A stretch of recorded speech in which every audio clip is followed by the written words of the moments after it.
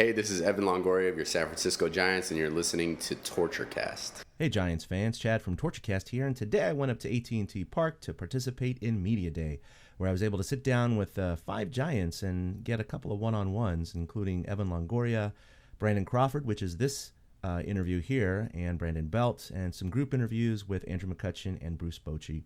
You should check them all out. They're pretty cool. Also, Evan Longoria and McCutchen are on our YouTube channel as video interviews. Hope you enjoy. How's it going? Good. Chad from TortureCast. So, I've been talking to Evan just next door, and he's pretty darn excited being here playing in front of 40,000 fans. And I guess as media or fan, it is hard to kind of reconcile the fact that your whole career you've played in front of 40,000 fans. What's the difference? I know it's not a home crowd, but when you do go to a stadium where there's just no one there, and there's no energy, even though, yeah, you're the visiting team, but you can hear individual people, yell your name out that you suck or something. It's obviously a little bit different, and you try to kind of block that out and just play your normal game, but it's definitely different. Kind of almost makes you appreciate the home crowd a little bit more, because I think at times we kind of take it for granted that we have a sold out park every night. Till last year, I guess, a little bit, but a few thousand less at the end of the year. but still, even the smaller, quote unquote, smaller crowds were 37,000 right. people. Still, so that's way more than a lot of other teams are getting. So I think we kind of take it for granted sometimes, and then we go to a park where there's 15,000, and it's definitely a little bit different. But like I said, you try to just block that out and play your game. Yeah, that's what I asked him, just what's the thing you're looking forward to the most this season? It could be anything, the food, whatever. And he said it was the fans. He is real excited about playing in front of these fans.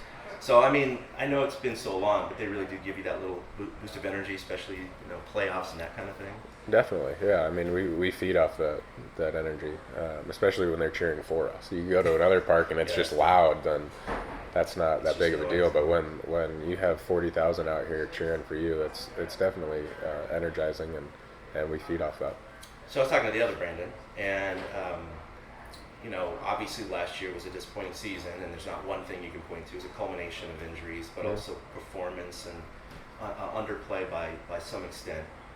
But he said that's all he's been thinking about in the offseason is just winning and getting back to it. And he thinks that last year there needed to be more urgency when the losing started happening right in April.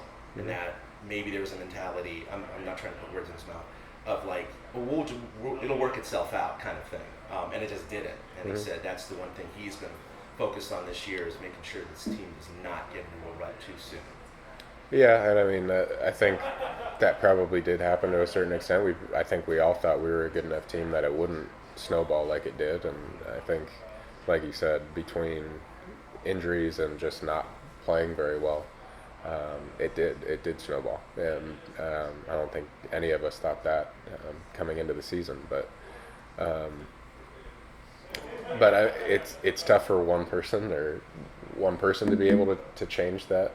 I think we're all going to have to come together and kind of, if there is a losing streak or something like that, we need to be able to turn it around quickly, which we weren't able to last year for some reason. So yeah,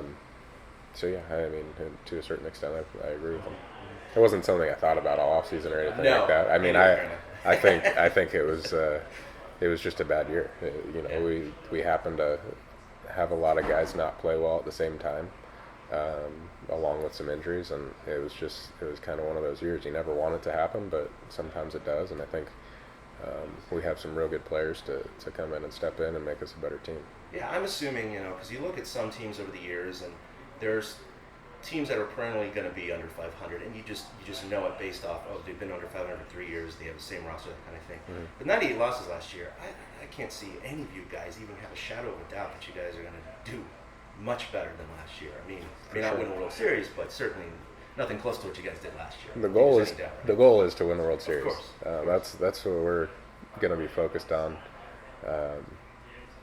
But yeah, I think there's not one person in here that expects us to have a down year again.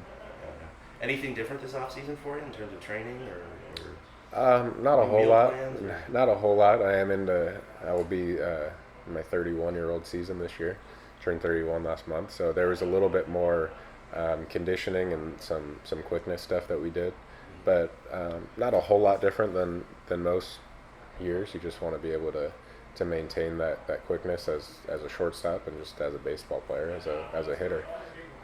But then that conditioning to be able to maintain that a good heart rate and good conditioning for the rest of a long season. Cool. And then finally, obviously, you got, I guess, baby number 3 on the way. 4. 4. Oh my God, that's right. It is 4. Yeah. Yeah. So have you got a minivan already, or do you upgrade? We have an SUV for you sure. do have an SUV. Yeah, So you're all a taking couple. care of it, huh? Yeah. Whose idea was it for that baby announcement? The baby announcement? Well, sorry, Oh, it was the gender of it. all baby stuff is my wife's idea. Yeah, I figured. She's really active on that stuff. Yeah. Cool. And then finally, just like I asked Evan, what is the thing you're looking forward to the most this season? Seeing how this lineup does. I mean, I'm excited for the guys, for Evan, for Cutch, for Austin Jackson. These additions that we made to improve not only our defense but our offenses. I think that's a pretty good lineup. Where you look at that projected lineup that people have put out there. There's not really a hole. No, it looks good. In that whole lineup. So I'm excited for that. Cool. Thanks, Brandon. Appreciate it.